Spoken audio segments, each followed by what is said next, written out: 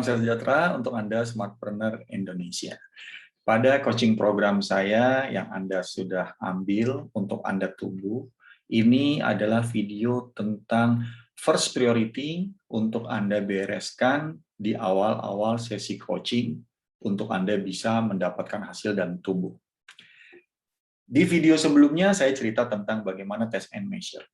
Nah, first priority kedua yang harus Anda lakukan adalah melakukan yang namanya financial review. Ya, bagaimana Anda mengetahui kondisi keuangan perusahaan Anda. Ini sangat penting. Kenapa ini sangat penting? Ya, karena yang pertama yang harus Anda selalu analisa adalah laporan laba rugi. Apakah Anda memiliki profit and loss report gitu ya? Review laba rugi Anda.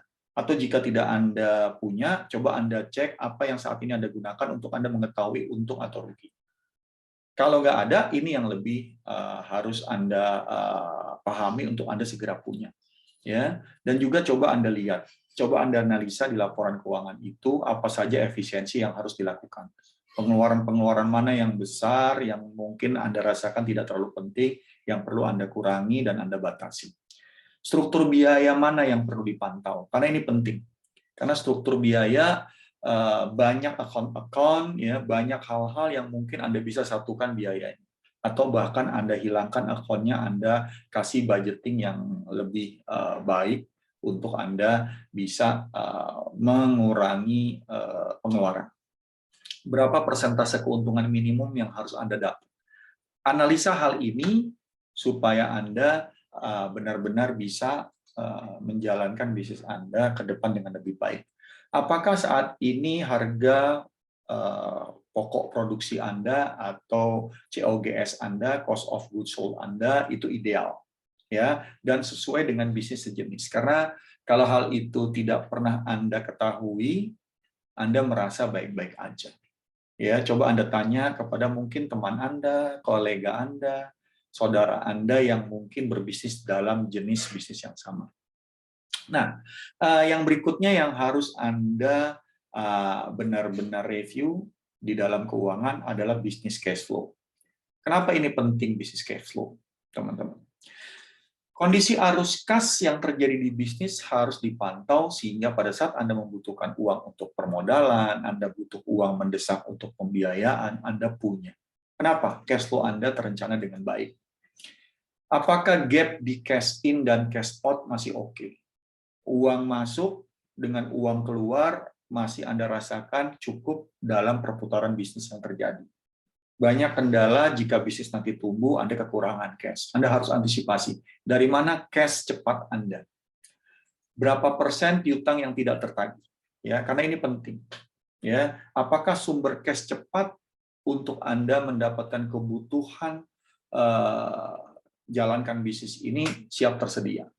Ya, itu tentang bisnis cash flow yang perlu Anda analisa di financial condition. Yang berikutnya adalah tentang sales target. Kenapa sales target yang perlu Anda analisa dan review dan berhubungan dengan kondisi keuangan? Karena sales target ini adalah satu hal yang membuat Anda memiliki target penjualan untuk mendapatkan profit di bisnis Anda.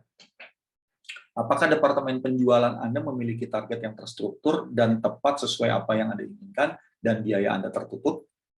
Apakah target penjualan bisa dicapai dengan ketersediaan barang? Jangan sampai target penjualan tinggi, tapi kita tidak bisa menyediakan barang, sehingga kita lost opportunity setiap waktu. Ini yang lebih berbahaya. Dan support terhadap financial bisa merealisasikannya. Jangan-jangan begitu penjualan naik, permintaan meningkat, Anda tidak bisa ngisi. Sayang, biaya promosi Anda sia-sia. Ya, apakah target penjualan minimal dapat menutupi biaya operasional usaha? Itu yang perlu Anda analisa dalam sales target. Sehingga ini terus membantu Anda dalam bisnis Anda tumbuh. Yang berikutnya lagi, profit target. Ya, tadi kita sudah bicara tentang financial condition, profit and loss, ya, business cash flow, ya, sales target. Yang berikutnya adalah profit target. Kenapa profit target? Ini yang harus diantisipasi. Sales tercapai, tapi profit tidak tercapai. Ini yang harus benar-benar Anda prediksi sehingga pertumbuhan perusahaan sesuai dengan yang direncanakan. Apakah departemen terkait dengan penjualan memahami break-even point? Departemen yang terakhir dengan penjualan, produksi. Apakah mereka menggunakan pengelolaan sumber daya bahan bakunya dengan benar, efisien, efektif, penggunaan tenaga kerja juga sesuai. Supaya kita bisa benar-benar mengukur. BEP ini harus diketahui, break even point. Keuntungan minimum yang harus kita capai yang baru menutupi fixed cost, operational cost. Apalagi yang harus Anda pahami tentang profit target dan perlu Anda analisa. Target profit terstruktur sesuai funneling produk yang diterapkan. Apa funneling produk? Produk yang Anda tetapkan dari mulai profit yang paling rendah, berarti quantity, sampai kepada profit yang paling tinggi, berarti Anda harus jual dengan quality. Ini yang harus Anda pahami untuk Anda benar-benar bisa memahami financial condition. Yang terakhir di financial condition adalah membuat cash flow budgeting. Bagaimana Anda membuat anggaran cash flow atau alur kas ini dengan benar.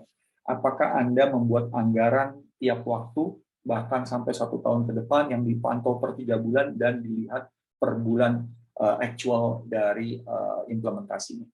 Apakah anggaran kas masuk, operasional, pinjaman, investasi, terencana, dan terukur. Jangan-jangan Anda banyak dapat uang masuk dari pinjaman dan tidak tertutup dari operational income yang Anda jalankan. Hati-hati, Anda akan terlibat hutang dalam hal ini.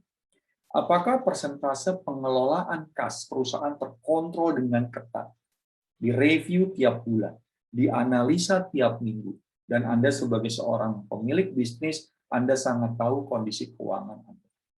Ini adalah 5 hal yang perlu Anda ketahui dalam coaching program bersama saya tentang financial condition. Bisnis cash flow, ya. Yang kedua adalah tentang kondisi financial report, sales target, terus profit target, cash flow budgeting. Ini hal-hal yang perlu Anda ketahui sehingga Anda bisa maju bisnis lebih baik, dapat hasil dari coaching program yang Anda ikuti. Sekian dari saya, Kusmarget Herwin, sukses selalu.